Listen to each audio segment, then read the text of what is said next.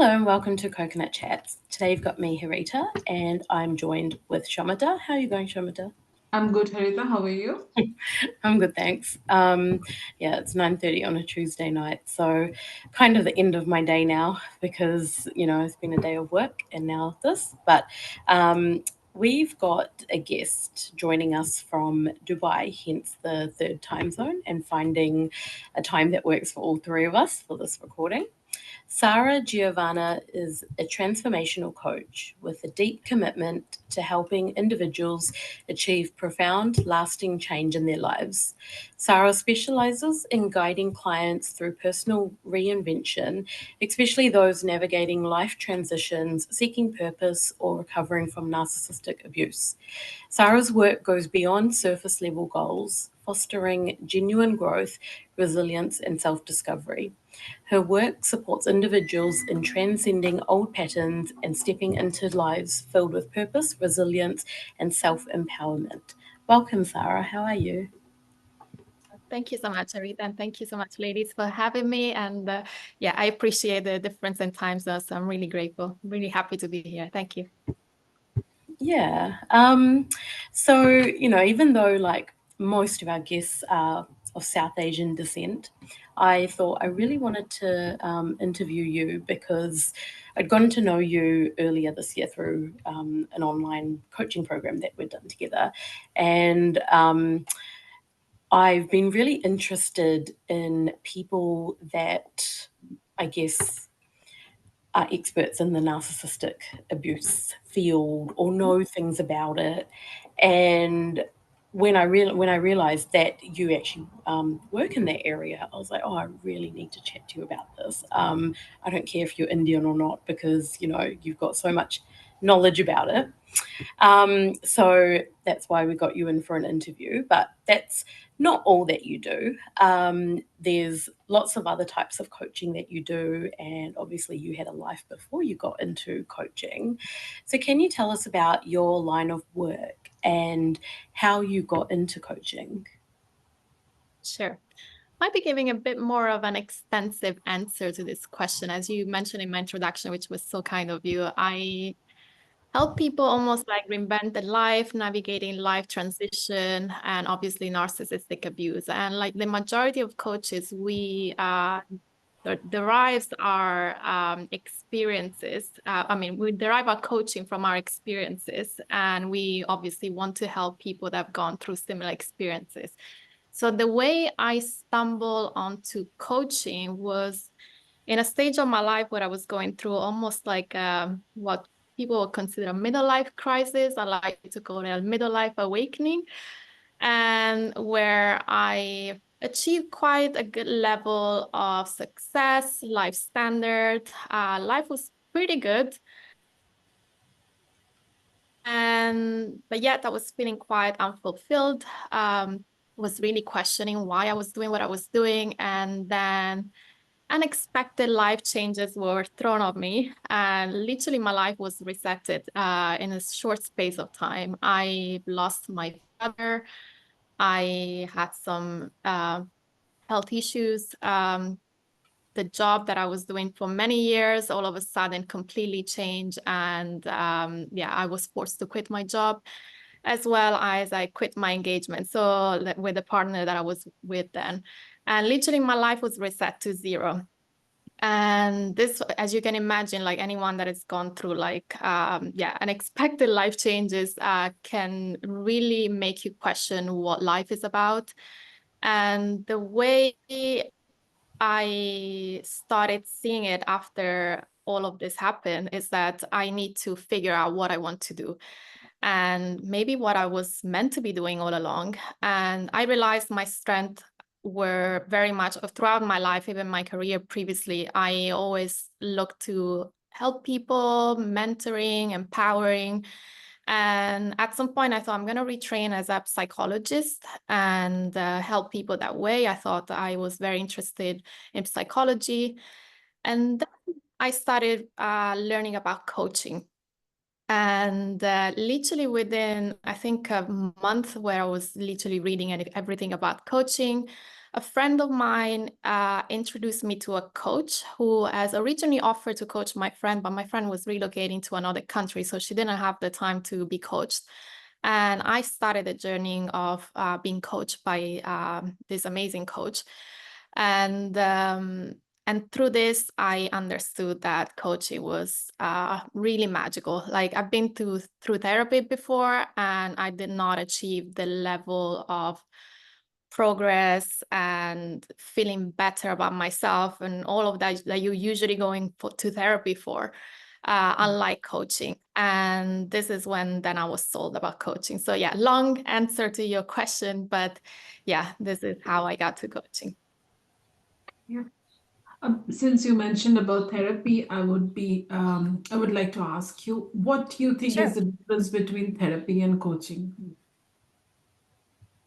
So obviously there are different type of therapies, and I'm sure you heard there are different modality, ACT, CBT. So it depends what you really looking for, why you're going to therapy for at the beginning.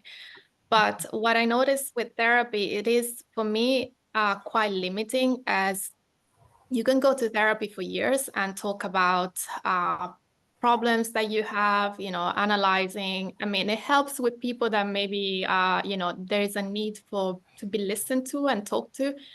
But coaching really helps you moving forward. It really makes you question who you are, what you want, your values, your purpose. It can really shift you to move forward. Therapy, after sometimes, can keep you stuck. So that's when I realized, for me, I was sold on coaching versus maybe becoming a psychologist, because I thought there was so much more that could be done through coaching. Yeah. I think, yeah, it's quite a grey area, like the difference between the two. And a lot of people just assume that they're both the same thing, and coaching's just another fancy word for therapy or counselling. So how have you found setting up your own coaching business, and what have been the ups and downs in that process? Yeah, it's interesting that you just mentioned, there's quite a differential in between therapy and coaching, and people don't quite grasp the difference because coaching so far, setting up the business, has been rewarding in a sense of, like, when I coach people, I see the breakthroughs, which were the same, like, similar breakthroughs that I went through, and I see how empowering it can be. So this is the most rewarding part. However, the all awareness on what coaching entails, and so there is still not enough awareness of the need for coaching versus maybe therapy. This is the struggle that most coaches faces, as well as obviously let's say, assume that you are a business now. So as much as we all want to help people, there is a part that you need to become very business savvy because you're running your own business. So this, comes with its own challenges at the beginning, especially if you don't have the expertise on certain aspects of running a business. But I would say the major challenges that majority of coaches faces these days is still this lack of awareness of what coaching can really do for an individual. Yeah. Yeah. Before we get into more details about this, I would like to ask you where you were born and where you lived, something about yourself. Yeah. Of course, yeah, my pleasure. Like Arita say, I'm originally from Italy, as you can tell from my name. I lived in Italy, and specifically in Rome, since the age of 19, and then I moved to England, in London. Ideally, it was just a temporary move. I thought, I'm gonna learn English and then I'll be back.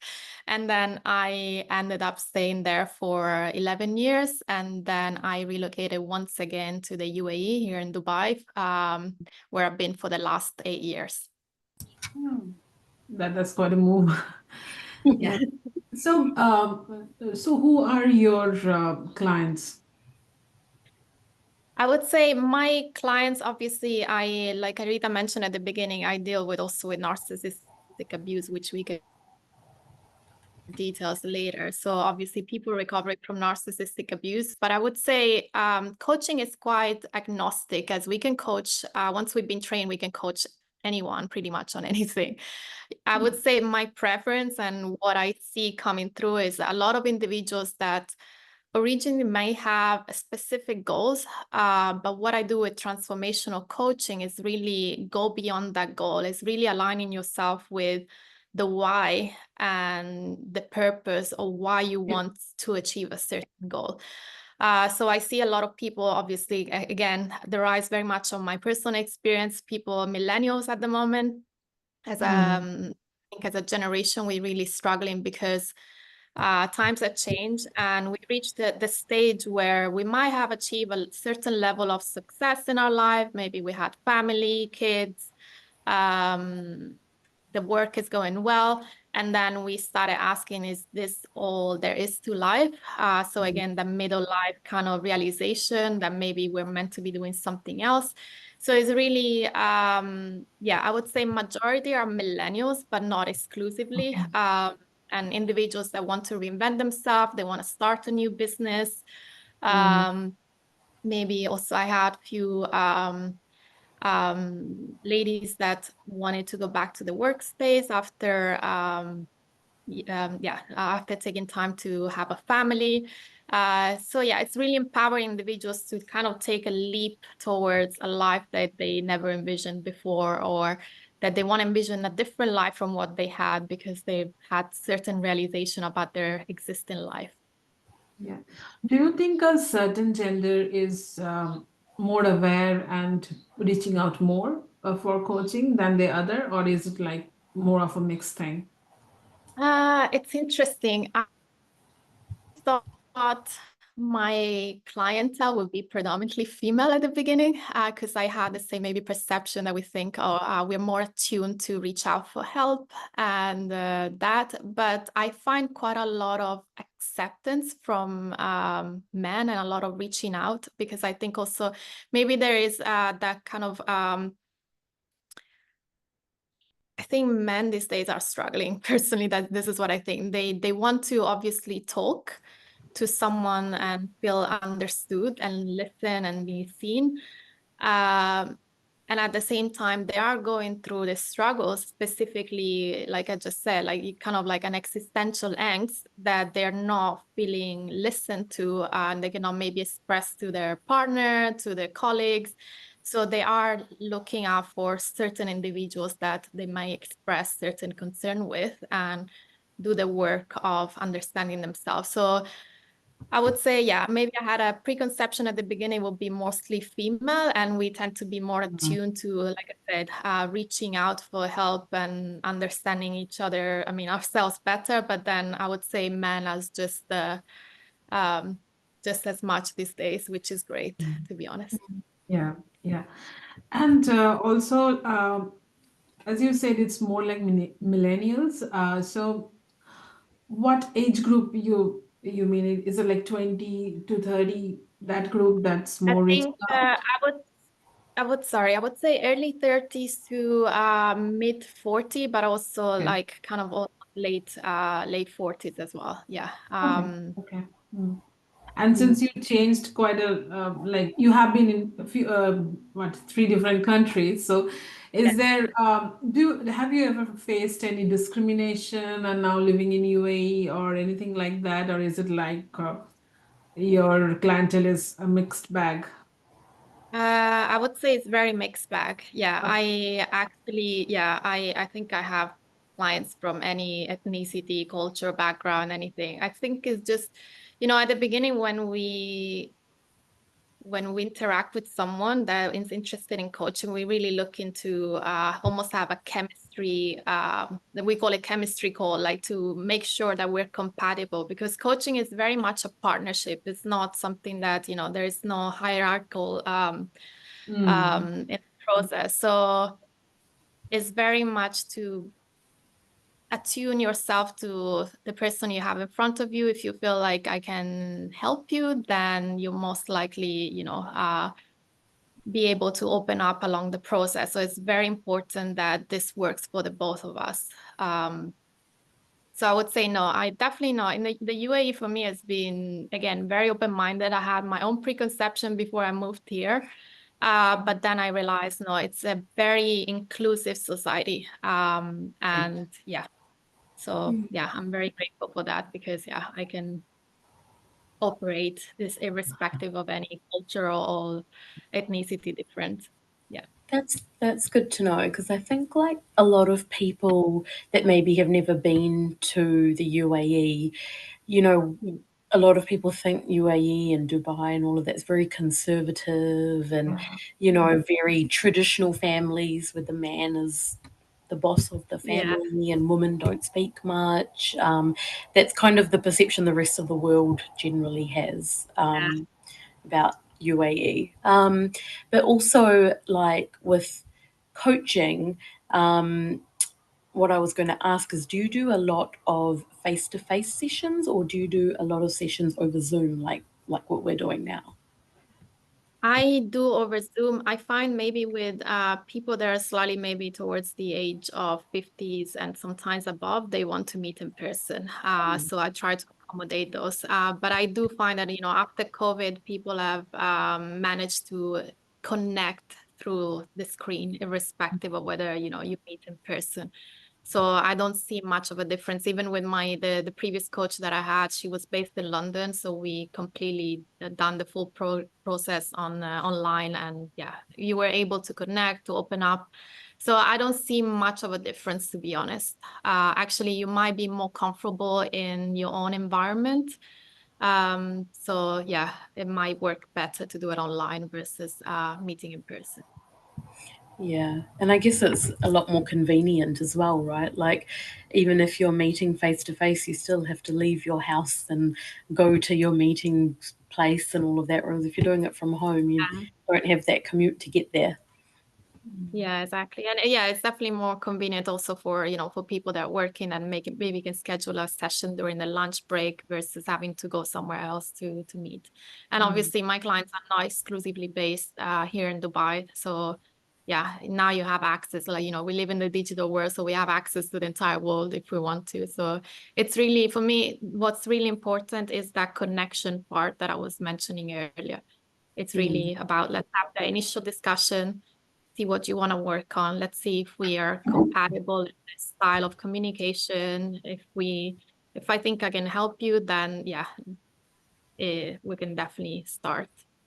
Yeah, yeah. And have you noticed like the coaching space becoming more widely recognized and more coaches like advertising their business since you've started your own business as well? Or is it still something that not many people are interested in? Like, is there a shortage of coaches out there? I don't think there is a shortage of coaches per se. I think I mean, as an industry, as actually, I can't remember the stats now, but it's growing. I think, like I mentioned earlier, when you asked me about how to, setting up the business, it's not about the coaching having awareness on, becoming a coach. Anyone can become a coach. There are plenty of certifications out there available. Some they're more recognized by certain institutions versus others. But it's more about the individuals seeking coaching, whether there are enough individuals that are aware of what coaching can do, the different types of styles of coaches, and the impact that it can have on the individual. So like I said, I think it's more that lacking of the lack of awareness versus the lack of coaches. Yes. Yeah. So now, like, we'll get into, some of the coaching that you do. And you mentioned before that, you help a lot of people that are going through narcissistic abuse or other types of, verbal abuse and along those lines. So how did you decide that you wanted to specifically work in that area of narcissistic abuse? Like, were you noticing something around you that made you think you need to help people that are going through that, or was it just out of personal interest? Yes, so I'm going to be fully honest and open about this. So again, like I mentioned earlier, most coaches, they kind of pick their niches as per their own experience, personal experience. And for me, narcissistic abuse is deeply personal. I endure narcissistic abuse in every aspect of my life. And this was either at work in my previous corporate job, at home, a family member, as well as in a relationship, long-term relationship, which I would say left me completely shattered and questioning my own sanity. And what I noticed when I was going through the process of understanding narcissism, there is definitely more, again, awareness on narcissism these days.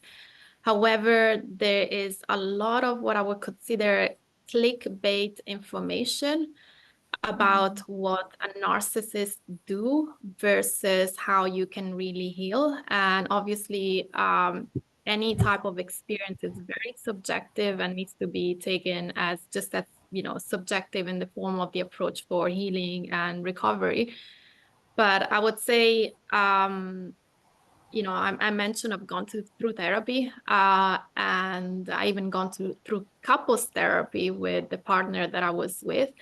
And narcissism and their traits, they're not easily picked up by therapists.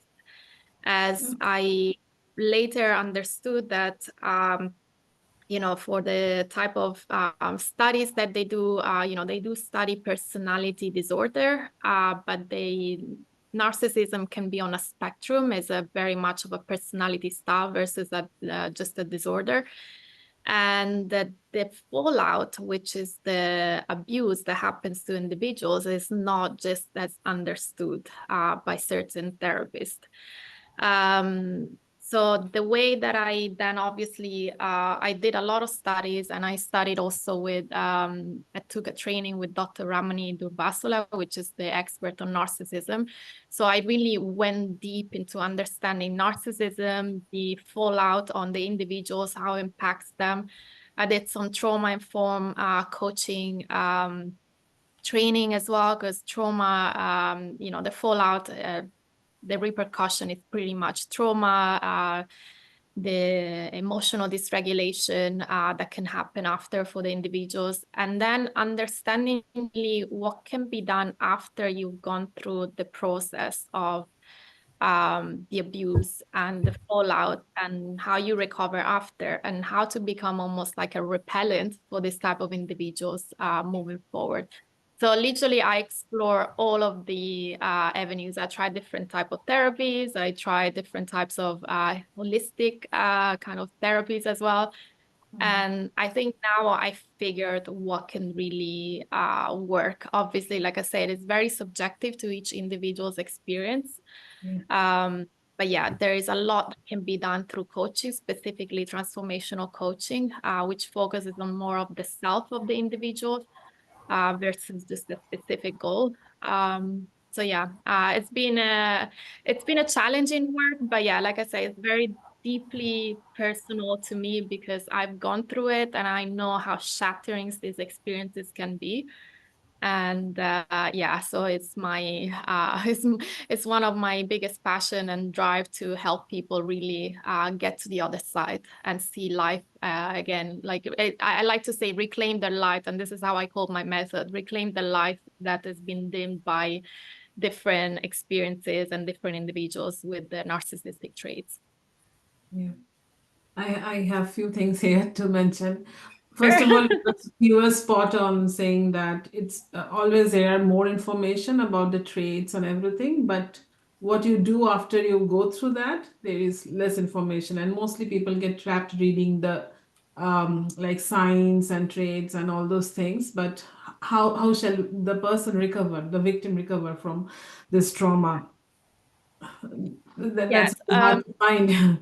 Yeah, Yeah. yeah. Go on. So, like I say, it's very subjective, and this is why, we'll have to look at each situation from an individual perspective and their own experience. And also I would say it depends on which stage of you're in, because there are certain individuals that are starting the work while still being in, at the receiving end of the abuse. So they might still be with a narcissist, or they have family dynamics that they cannot leave. You can still do some form of work there. Then there are people that have maybe left a relationship, or they, basically gone cold turkey and just removed the narcissist individual out of their life, but they are experiencing what I mentioned, the trauma and the fallout of the trauma with this dysregulated nervous system that you have to address before you can even start thinking about the work after. And then there are people that moved on a bit further down the line that kind of understood maybe all the traits of the narcissism, and but they think like, okay, now what needs to be done? And I mean, I came up with kind of like my own, I would say, list of things that needs to be addressed. But I would say, just to make it quite simplistic, again, what you mentioned, there's a lot of people putting out there the kind of clickbait information. The narcissist does this, the narcissist does that. What does this information do to you? Creates that anger, that reaction.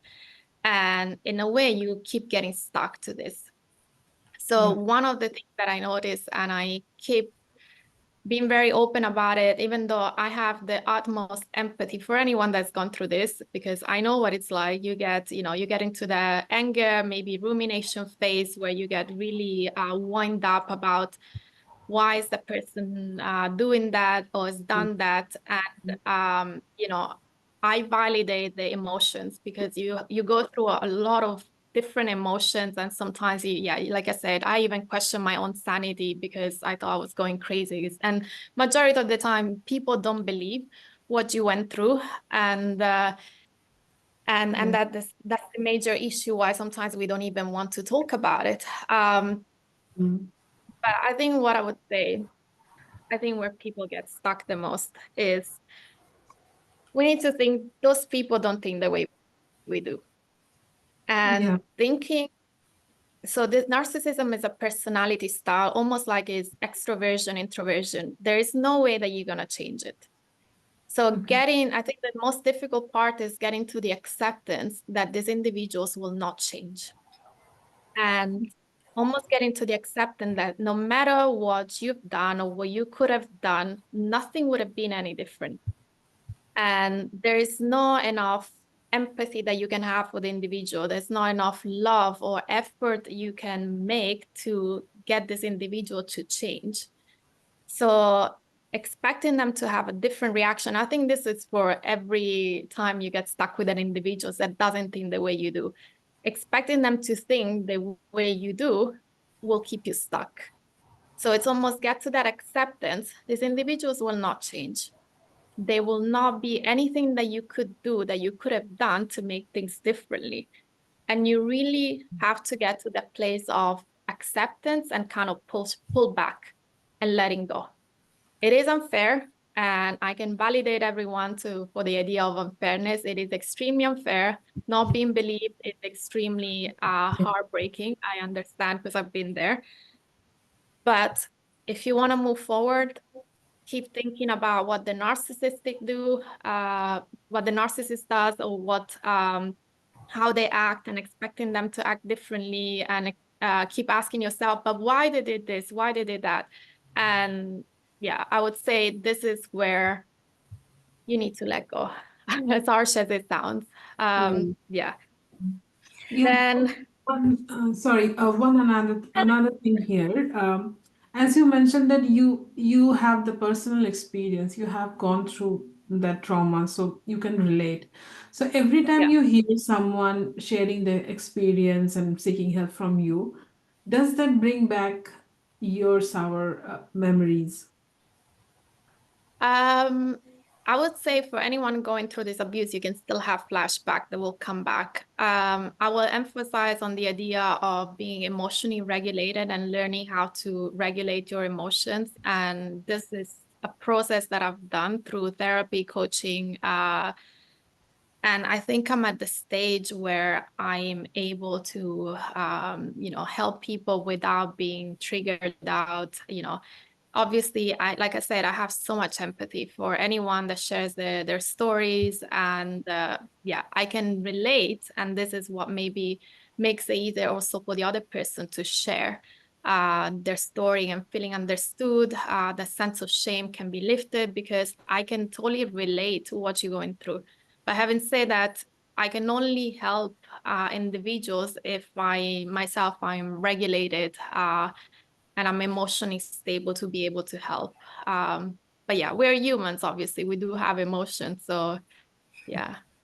And you mentioned that you did a coaching program under Ramani Devasula. I listened to quite a few of her podcasts, one of them Navigating Narcissism. I can't even remember how I came across it. And the first thing that actually really interested me was the fact that she's Indian herself. And I was like, oh, wow, it's an Indian person that's an expert in the field of narcissism. And she's not born and brought up in India. She's American. Yeah. Right? She has an American accent, everything. And I think that's what drew me to it because obviously, you know, Shomada and I are Indian.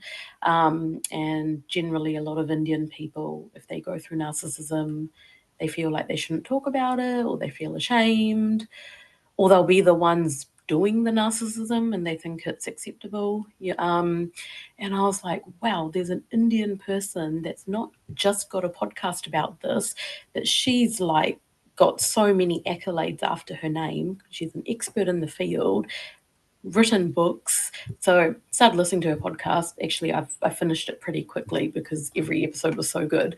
And she interviews a different person. Quite a lot of her guests are famous because she's got that profile, but she interviews people about the details of the narcissistic abuse that they went through in their lives. And the way she just broke it down, I just thought was so interesting. And like, I think also, to be honest, I listened to it because I went through narcissistic abuse myself by some extended family members in my younger years, which, you know, like how you were saying before, it can be hard to get away from those people when they are your family. And the other people were my in-laws who made it seem like everything they were doing was normal. And when I tried to tell people what they were doing, a lot of people thought I was making it up because the stuff my in-laws did was like out of a movie. And they're like, wow, Harita, you've got an imagination. And I was like, no, it's true. So anyway, when I listened to that podcast by Ramani, I was like, oh my God, like, because she spoke about her own experiences and I think her narcissistic ex-husband and her lived experience.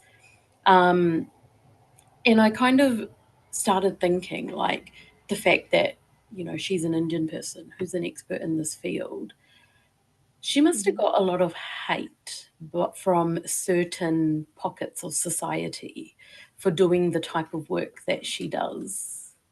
And I guess, like, since you've learnt from her and you've met her personally, what was it like to meet her, and what type of things did you learn from her to help make your field of work, you know, more, I guess, more insightful? Yeah.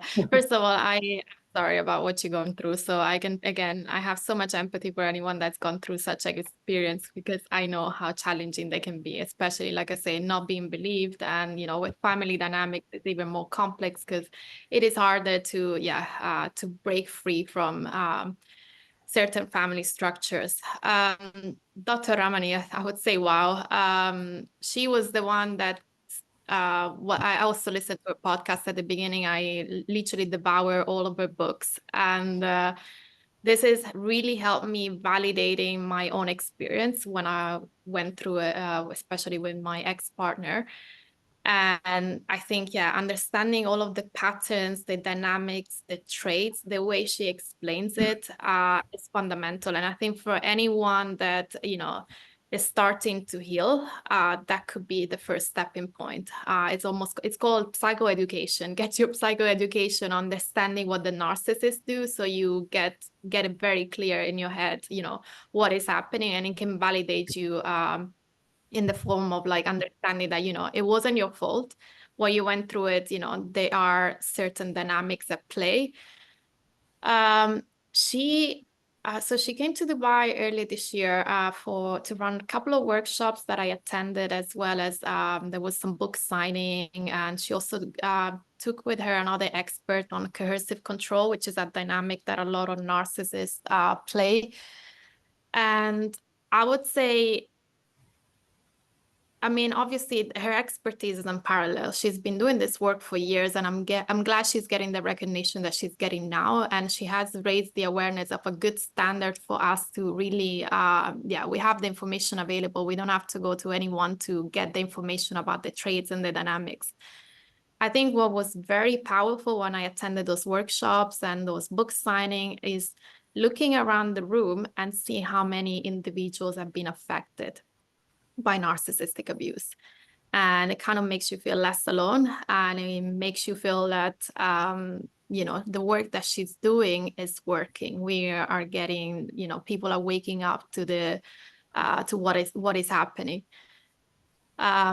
You know, the way she commands the room and you know, answer questions, you know, she's an expert on every single details, dynamics. She can pinpoint all the like I say, all the traits, all of the patterns. And so yeah, I think she's amazing. She's amazing. And I think this, I mean, we won't be having this conversation if she wouldn't have done this work. That is simple as that.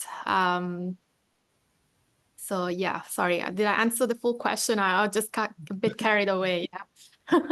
Yeah, you did. I guess like how, you know, like you also said before, like there are many phases of like going through the narcissistic abuse and the recovery. Like a lot of people, depending on who the person that's abusing you is, you might still be living in a house with them, or they might still be, you know, quite a part of your life. How can people, I guess, have a barrier to help themselves when they're actually in that situation where, like, you know, what am I trying to say? You know, like, okay, for example, if a wife is going through domestic abuse and people just tell her, why don't you just leave? Well, it's never that easy, right? How can someone equip themselves to prepare themselves to leave that narcissistic situation? Because it's never black and white, and it's not like physical abuse where you might have bruises all over your body. It's words, and sometimes you think, oh, hold on, did I interpret that correctly? Is it my fault? Mm-hmm. How can people actually, you know, get through it? So, okay, it's interesting that you mentioned that specific of, you know, someone that has been abused, and, you know, people are asking why you're not leaving. I think with any type of abuse, whether physical or verbal, we have to understand the dynamic of the abuse. It's almost like an intermittent pattern. That person, the brain is trying to protect that person. So you get into a stage where you are, first of all, codependent. Your brain is making you see most of the time the good things versus the bad things, and kind of ignoring the bad things. It's a form of a mechanism for protection.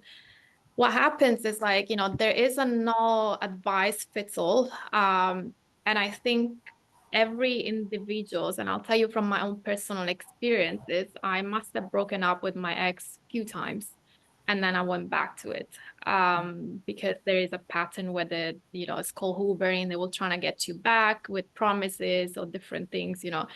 And it's really about getting to the stage when you realize you need help. And that's the first step. And a lot of individuals don't get to that stage until maybe they reach a breaking point. And then once they get them through the stage, it's getting them to the right support, whether in the form of therapy, whether in the form of coaching. It could be different things, or even friends can help making sense of things at the beginning. I would say there is no size fits all, because in reality, this work, what people don't understand, it's a work they have to do on yourself. It has nothing to do with the narcissist. So it is a form of having compassion for, it's a work that you have to start having compassion for yourself, making sense of what happened, but then really understanding yourself and your vulnerability to this type of individuals. I think this will, I'll drive it again from my own personal experience. I think one thing that I'm saying to every individual these days that has gone through this, I think, again, one thing that will keep you stuck is expectations and ideals. So let's say in my own personal experience, for example, at work, I had this idea that if I was a good, respectable employee, that I was doing the hard work, that I, staying over time, any request, I would always say yes, like within the line, always the standards, keeping a certain behavior, because I consider myself the ideal of a good employee. And then I wouldn't get the recognition, the validation that I was good. And maybe I was trying to make even more effort in the situation. I was doing extra and I was still not getting the validation. And maybe I would see a narcissistic individuals getting away with, with doing half of the job, taking credit for other people's work. And I will get stuck on this idea. It's like, but how is it possible? I am a good person. I am a good employee. That's my ideal of good employee and good person. If I get stuck in that and I expect someone else to recognize my own worth and value, I will never break free from it. And obviously, again, if you apply for other situation, you want to be the good wife, the good daughter-in-law, the anything that is like an ideal of, like, I want to have a good family, a good ideal of family. Those are your vulnerabilities, because you're expecting someone else, again, to think the way you do, to have the same values you do. And once those are not met, Right. then you realize that what you have in front of you is, you've been doing all of this for nothing, because you're not getting what you need and want. So it's really understanding your wants, your needs, your values, that can be your vulnerabilities for individuals that are more likely to manipulate you. Does it make sense? Yep. Yeah, it does. And Absolutely. in your work with helping people going through narcissism, have you found any trends of ethnicities? Like, are there any ethnicities where narcissism seems more common than others? I would say it's not ethnicity per se, but rather cultural values and family structure that can have an impact on how those dynamics manifest. So let's look at, obviously, let's say collectivist culture, where family honor, keeping the positive image of the family, the idea of respect, which for different cultures mean different things. And those are values that can be manipulated by a narcissistic individuals. And the individual at the receiving end will perceive a pressure to comply with those values, to keep the honor, the respect for the family, and almost like suppressing his or her own needs for the sake of the collective. So if you think about it, again, collectivist culture could be majority, maybe South Asian, Middle Eastern. Also patriarchal norms play a major factors in those dynamics. We have religious aspects. Some of the scripture perhaps says, oh, you need to respect elderly parents. So if one of those elderly and parents are manipulating those value against the individual, the individual will be constantly gaslighted and will feel that it's never enough because it's not meeting the religious, let's say, moral superiority or family honors, again, the culture, whichever traditions maybe you're not meeting by going, against it. So yeah, they will, and I think anything that will make you feel, any culture that, or any individuals that will play on your guilt and shame for you to comply with certain standards, but in a form of manipulation. Mm. Yeah, as you were speaking, I had flashes of some Bollywood movies Me too. where we have been glorifying narcissist behavior for, like, I don't know, for too long, maybe that has become a trend now. Yeah. Yeah. Yeah. But I would say, for example, I mean, in Italy, we have, I don't know, a thing about, it's what would people think? I grew up with grandparents and family members say, what would people think if you don't do this? They, I mean, my family, for example, they come from a patriarchal society that they try to go against it. But then, some beliefs there were still embedded within them, even though they fought against it. And that's how they, whether you want it or not, they're still there. So in a way, maybe this generation has been called to kind of break through some of the belief systems that are no longer serving us in form of cultural norms, traditions. Traditions are good. Culture is good. I'm not saying that. It's just when it gets manipulated against you to make you feel like you're not worthy or you're less enough if you're not complying with certain, with certain aspects of it. Hmm. It's really sorry. It's Oh, no, really interesting when so we are, although both me and Harita are from Indian background, but I grew up in India. She grew up in New Zealand, and now yeah. you have a totally different culture. But when I'm listening to you, I can see that maybe the reasons of manipulation is different in different culture, but the ways, the aftermath, everything is same. It's just the same. The impact, all those things are just same. Maybe the reasons why it's happening is different, I think. Yeah. And Yeah. like I said earlier, every experience is subjective, and I don't want to diminish anyone for, having a worst experience or, less off experience. Everyone is going through something. But like I said, this work is nothing to do with the actual experience of the narcissist dynamics versus how you enabled, and I'm not shaming, like, for like the word enable might be a bit like create a bit of shame, how you were a participant to this, Mhm. not again with considering the all unfairness of it all, but how you can protect yourself is really by doing the work on yourself, understanding as a human Yeah. what you want and what you were seeking maybe from this other person to fulfill. Yeah, Hmm. yeah. In spiritual books, the first thing they say that the only thing you can change in this world is yourself. Nothing else. Exactly. You have no power of changing anything else, just but yourself. So perfect example, maybe. Yeah.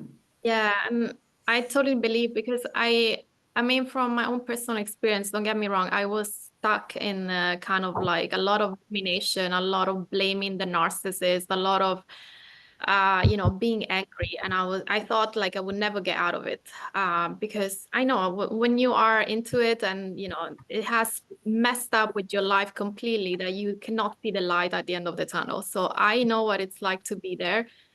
But now I mean, obviously it's been some time and I've done the work. I've done the work on myself. I think in a way, I'm not saying I'm glad it happened, but this work, I had to do it anyway, whether it was through these experiences or another experiences. You really have to do the work on yourself. Like you said, it's a spiritual work. Obviously, for everyone has a different interpretation of what spiritual means, but it is really much a work that you have to do for yourself. No one else is gonna come and rescue you. So this is another thing that I keep telling everyone.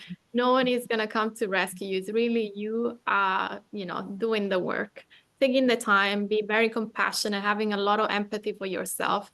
And yeah, I think I've seen extreme changes on like people really reclaiming the life in ways that didn't think that was possible. And they actually maybe lived even a better life after.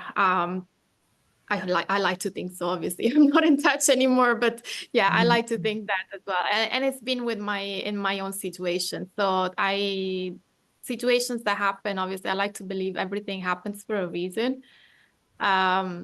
But yeah, if you want to move forward, the only way is really to work on yourself, and you can ask for support. There is plenty of support out there. So yeah.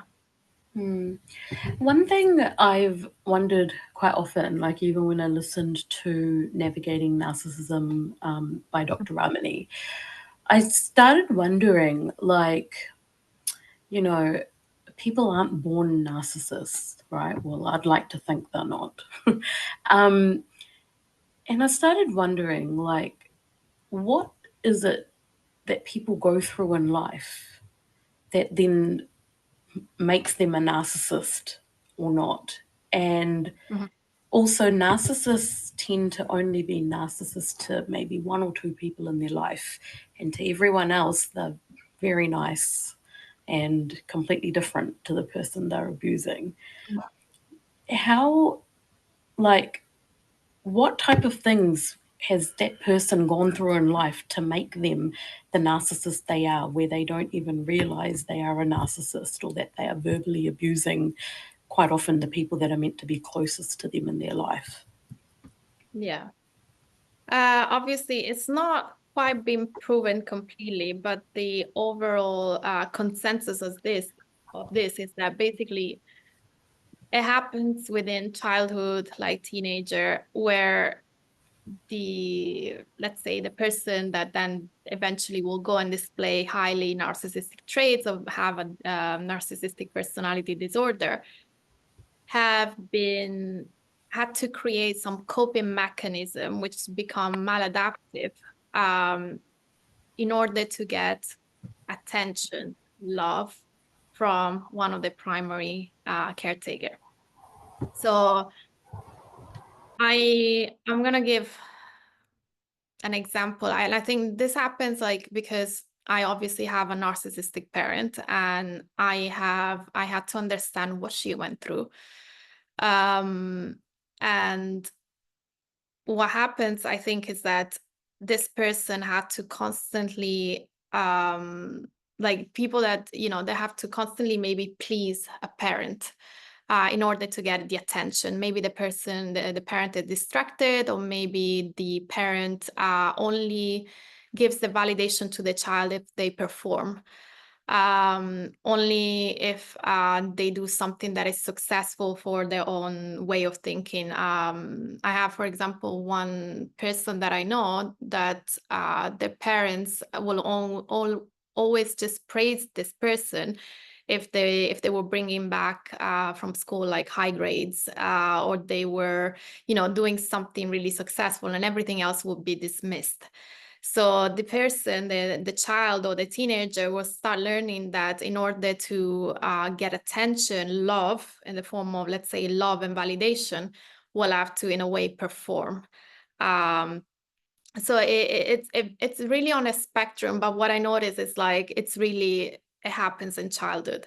Having said that, there could be two different things that I notice, because there could be siblings that are becoming maladaptive in the form of narcissistic traits, and then we have individuals like, for example, me, that become extremely empathic and attuned to other people's needs, almost to the point that I will always, like, I'll tell you, I'm a recovery people pleaser. I will always try to please other people before I listen to my own needs.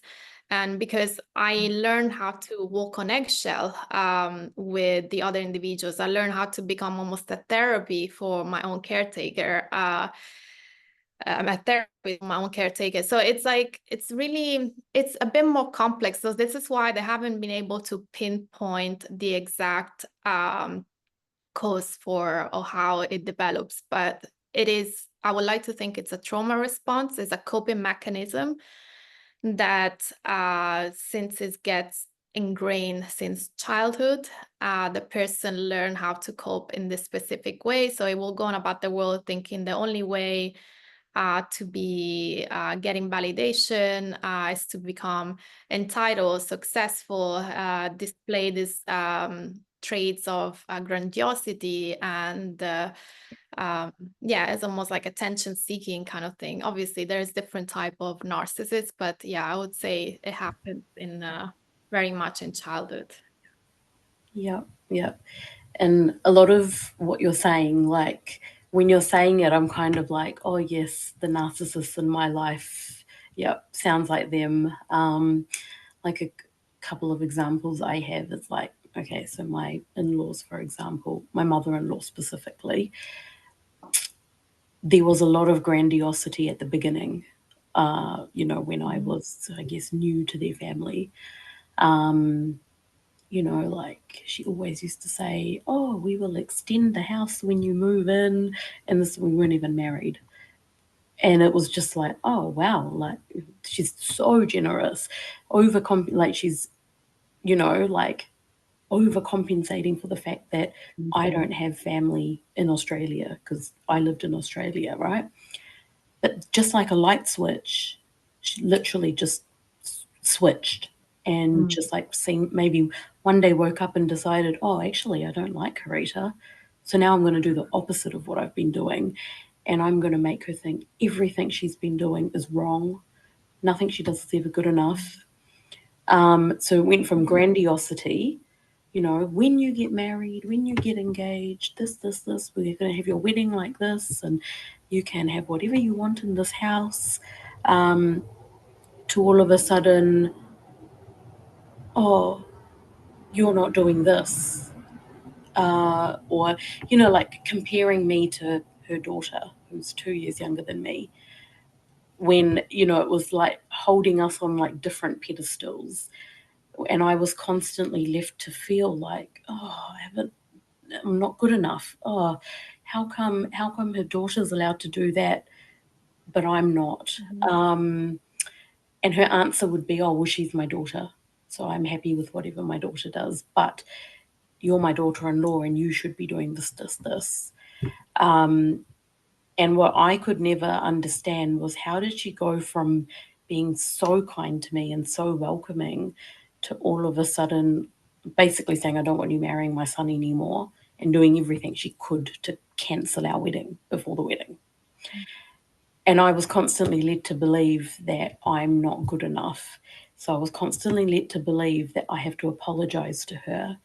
I have to make gestures to, like, send flowers to say, like, I'm sorry, or send texts like, can we please talk? But then she would reply saying, no, I don't want to talk. And so then I'm left thinking, oh, what have I done wrong? I need to try something else. Like that one-sided relationship. And so it was like that, like literally a light switch. You've gone from being so generous to all of a sudden so hateful. And I'm just left in the middle thinking, oh, hold on, what have I done? And then I can see other people in the family just following what she says. And so I think like narcissists also have that power. They have that command over other people where they victimize themselves. And they, probably give all these sob stories to people in their life where the person going through the abuse is probably trying to think, hold on, let me just try to sort it out with the narcissist directly rather than telling 20 people around me what's happened.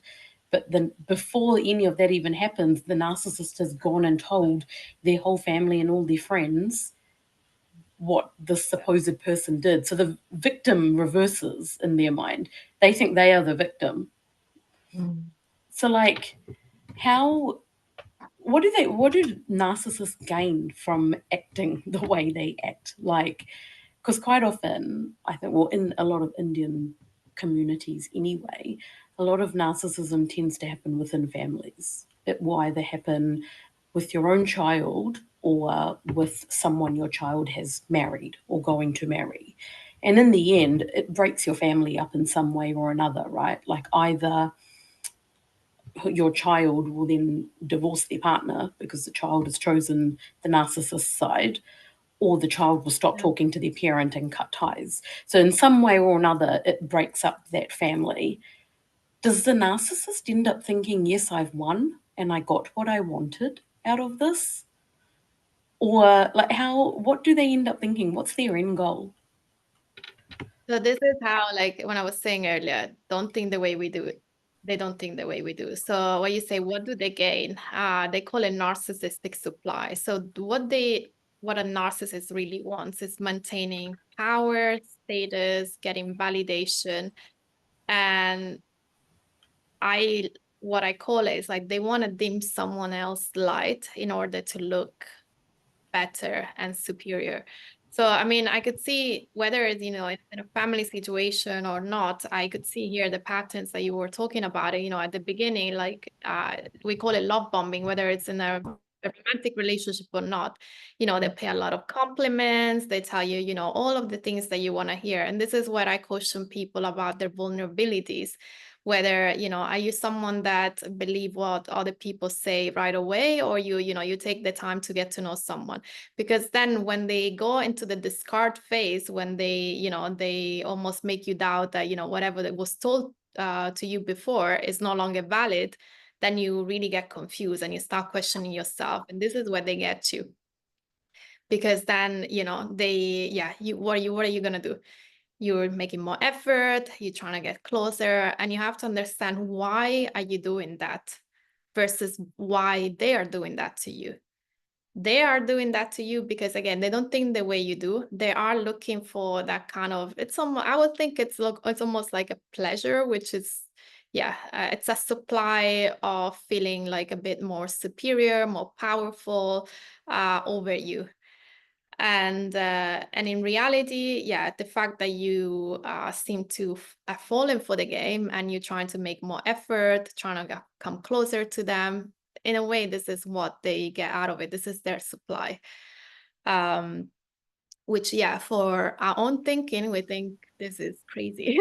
Like, this is what I used to think. It's like, this is crazy. Why would they think like that? But then if you start thinking in their own way, this makes sense.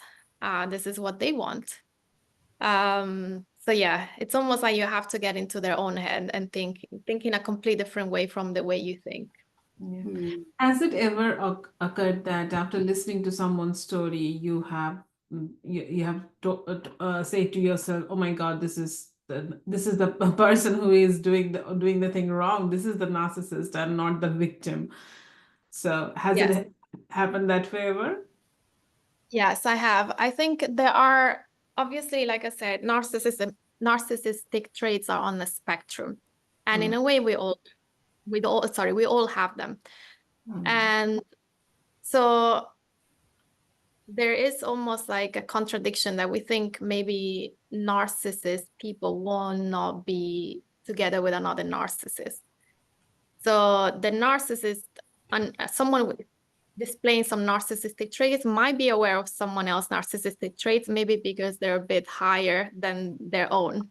But then in a way, they're also enabling theirs while not seeing their own. So it has happened. And I think, and this happens also with therapy. My understanding after speaking to many psychologists, is like people that go to therapy or to come to coaching, if they get almost instigated with an idea that they're a fault, even just a slight, question that you might ask them that, they might not tolerate well, they will only last maybe 1 or 2 sessions. They will not last beyond 2 sessions because they're not willing to see their own flaws. Right. Yeah. That makes perfect sense. And it's much easier to spot narcissistic traits once you've gone through many different experiences. So I understand that at the beginning it's not easy to pinpoint. And we like to believe people are inherently good, especially if you're someone that is quite empathic, that trying to understand other people's perspective. I think there's also a way of we trying to justify maybe where they're coming from. We think, oh, bless them, they've gone through a lot of challenges, again, they do play the victim a lot of stories that they come up with to try and get empathy from other people. So the one thing that we have to understand, they know what looks good on the outside. Right. So they will become almost performative. They know that, one of the style that I really don't like, for example, is those type of self-righteousness, narcissistic people that they think, oh, the lifestyle is better, their way of living is so much better. And they will try and impose it onto you. And they will give you the sense of guilt and shame for not having a certain standard that they have.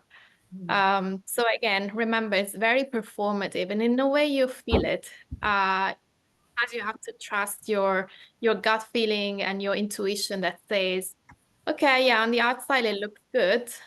I don't want to, because sometimes we think I don't want to be the person pointing it out, because then I'm going to be the bad person pointing out someone else's flaw. But in reality, definitely. I would say trust your intuition and gut feeling in those cases. Yeah. Yeah. Yeah, I think, performative is the word. Like that's yeah. like the word. That's so perfect. Yeah. And that last sentence you said about you not wanting to be the person that points it out, to be honest, I think when I pointed it out in my situation, that's when that light switch happened. I started pointing out, not saying, oh, no, you're not perfect and that, but I started questioning some of the things that she would say and some of the expectations she had of me.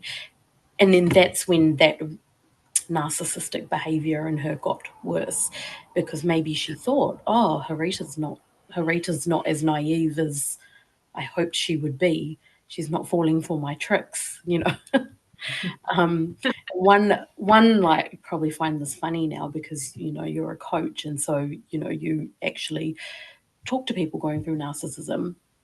One example I have is when my husband and I actually moved to New Zealand. We moved to New Zealand to actually get away from my mother-in-law because that's how bad she was. We went to a counsellor a couple of times to I was pretty messed up when we moved back to New Zealand, basically, because I had left Melbourne, which was my home for 5 years, because I had to get away from my mother-in-law, because it was a lose-lose situation. So anyway, we came back here. My family are here. I'm born and brought up here. Went to a counsellor to just talk things out.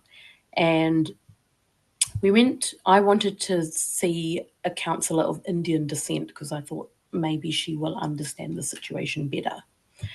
And I had this idea that maybe it would be a good idea if the counsellor does a session with my husband and my mother-in-law. My mother-in-law lives in Melbourne. We're in New Zealand. But, we have Zoom, Skype, Teams, everything, phone. So I thought maybe the mother-in-law could do a session with the counsellor so that the counsellor hears things from her point of view. I think it was just being really hopeful, because I had explained to the counsellor everything from my point of view. My husband explained everything from his point of view. And my mother-in-law had said to my husband, okay, I will do a session as long as Harita's not there. Okay. So I said, that's fine. I'll sit outside, or I just won't come to the session at all. That's fine. I was kind of hopeful that, she's agreed to a session. I think that surprised me in the first place. And she did one session with my husband and the counsellor. And then I think at the end of that session, she told the counsellor, I don't need this. There's nothing wrong with me. I'm happy with the way my life is. This counselling session is a waste of my time. And the counsellor then told me afterwards, she said, Harita, I really don't think there's any point. I don't think she's going to budge. And we tried again, and this was also during COVID times. So we thought, look, she's literally at home all day. You're in lockdown, so let's just give this another go. And we booked another session in, and my husband told her, the session is this day, this time, can you make it? At first she said yes. And then when it was 2 days before that session, my husband texted her to remind her. And she read the message and didn't reply. And then the day came and my husband asked her, are you going to come to that session today? And she replied basically saying, no, I don't believe in it. I don't know why you are all attacking me by asking me to go to counselling. I will not be attending. This was in the peak of 2020 COVID lockdown. And I'm thinking, you're sitting at home. What else do you have to do with that 1 hour? And I wasn't going to be in that session. So she knew I wasn't going to be there. It was just going to be her, my husband, and the counsellor. So she'd come to one session. And again, this was over Teams. It's not even face-to-face. One session. At the end of that session, she'd basically said to the counsellor, I told you everything I have to tell you. I'm not coming anymore. And then when we tried that second time, that was it. So my husband, 3 hours before the session, had to text the counsellor and say, my mum's not going to come. And I think when you said before, that sometimes narcissists will go to 1 or 2 sessions, but they don't think that they need to be there. Yeah, I just found that example of mine so ironic because she didn't actually, it's like nothing clicked that, hold on, what am I doing here? My son has already left Australia and gone to New Zealand because he literally told me he needs to get away from me. And I still don't see the point of this counselling session. Yeah, I mean, this was 4.5 years ago now, but since then, that's kind of just how it's been. We're like, okay, well, if you don't see the point in it, cool. We've done what we can to kind of talk sense into her, but we end up feeling like we're the ones that are wrong. And I think everything you've been saying today just reiterates that. Like their way of thinking is just completely different. You can't reason with them. Yeah, and I know it is extremely frustrating, and I can appreciate what you went through because at least, like you say, you tried. And I told you from my personal experience, I also went through couple counseling. I went through 2 couple counseling. Yes, the first time I had absolutely no clue what was the issue, so I thought I was the person at fault. And going through couple counseling, couple counseling is very based on reconciliation and in a way, and I understood this from Dr. Ramani as well, it might enable even further gaslighting towards individuals that has been abused because they have, the Gotham method and all of this that, if you don't understand that the therapist doesn't understand that one of the individuals is narcissistic, they will just try to let them make peace and point out flaws. And in a way, I'll tell you, my partner then with the first therapist, it almost managed to charm the therapist. And this is why I was able to maintain, I think we went through 4 sessions with that therapist. So he was able to stick through it because I was almost passing as the one that he was actually the good person in that instance. And then the second therapist was more cutthroat and was able to almost, didn't enable that behavior of kind of showing off and charming the therapist. So I can imagine when you went, she was like, yeah, I'm gonna show that I can handle this situation, that I'm not at fault. And then maybe in that case she wasn't able to do it, and therefore she felt attacked, and she was like, this is pointless, this is we're not going to achieve anything about this, because they will not see they will not take their own accountability in the situation, and that's when they will back off. So yeah, very interesting. But yeah, it's not the first time I'm hearing the story. So we all tried. They might change. So we think, okay, maybe someone that has a expertise in situations may be able to address these dynamics, but unfortunately we are dealing with complete different styles of personalities that are not able to take accountability for their own actions and even get the awareness on their own actions. So I can imagine. So before we finish up, is there anything else you want to cover that we might not have covered during this conversation? No, I think, I hope I provided enough value to you and your listeners to maybe have an initial understanding, because I also, I've noticed a lot of people don't understand the word narcissism, or it often gets inflated by or misunderstood So I would say for anyone out there that wants to get a bit more of an understanding, to really, do some researches. And I would say I think I'm probably going to put my myself on fire for this, but I would say everyone has been affected in one form or the other by a narcissist. We're just not aware of it. So if you raise your awareness on the patterns, the traits, you might understand why any maybe situations that you perceive as toxic, whether in a work environment, at home, or in a relationship, usually those traits are at stake. And so the more you get an understanding of what happens, then you can protect yourself in a way. But yeah, and then going back, the work that needs to be done is on yourself. Raise your self-awareness, understanding your vulnerabilities. Yeah, do the inner work. I know it sounds very for a lot of people they might not be there yet, but I would say if you have gotten to the point that you exhausted every option, you've done your research, you've done maybe some trauma work, the next step is to really do the inner work. And this is how you can thrive in life. Yep, very true.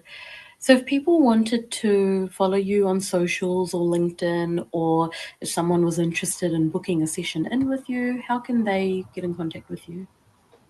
So they can go on my website, www.saragiovanna.com. I actually have a page on narcissistic abuse if they are specifically looking for that. And there is also a free ebook that you can download. Social media, I will get more active. There is a link for Instagram that they can follow. I will hopefully get more active on it towards the beginning of next year. But yeah, there is a option to book a free discovery call with me on the website. So more than welcome for everyone to book. I understand there is a time difference, but I would think even within New Zealand and Australia, Dubai works quite well. So for anyone listening in that time zone, I'm sure we can accommodate it. Thank you. Awesome. Well, thank you so much for your time today, and it's been such a good conversation. I think there's so much more that we could talk to you about, but I know we've all got other places we need to be now. Thank you so much, and I hope, like anyone listening to this who might be going through narcissistic abuse or wondering if they're going through narcissistic abuse, gets more clarity from listening to this. And hopefully, if you're going through it, you realize you're not alone. It's very, very common, but it's something that a lot of people don't talk about, which is why you end up feeling alone. So if you feel like you might be going through narcissistic abuse or just need some coaching in any way, shape, or form, you can reach out to Sara, or you can reach out to us and we can get you in contact with her. But yeah, thank you so much for all your insights and just sharing so much about your own personal story as well. Yeah, It's that a was pleasure. really helpful. And every Thank example you gave, every insights, I can actually visualize people doing that. That was so on point here. Thank you so much. And I really hope that some people who are listening to this, along with, apart from identifying these kind of behaviors in others, they should also look inside themselves. And yeah, and if people can fix those within them, then many people will be saved from these kind of abuse. Yeah.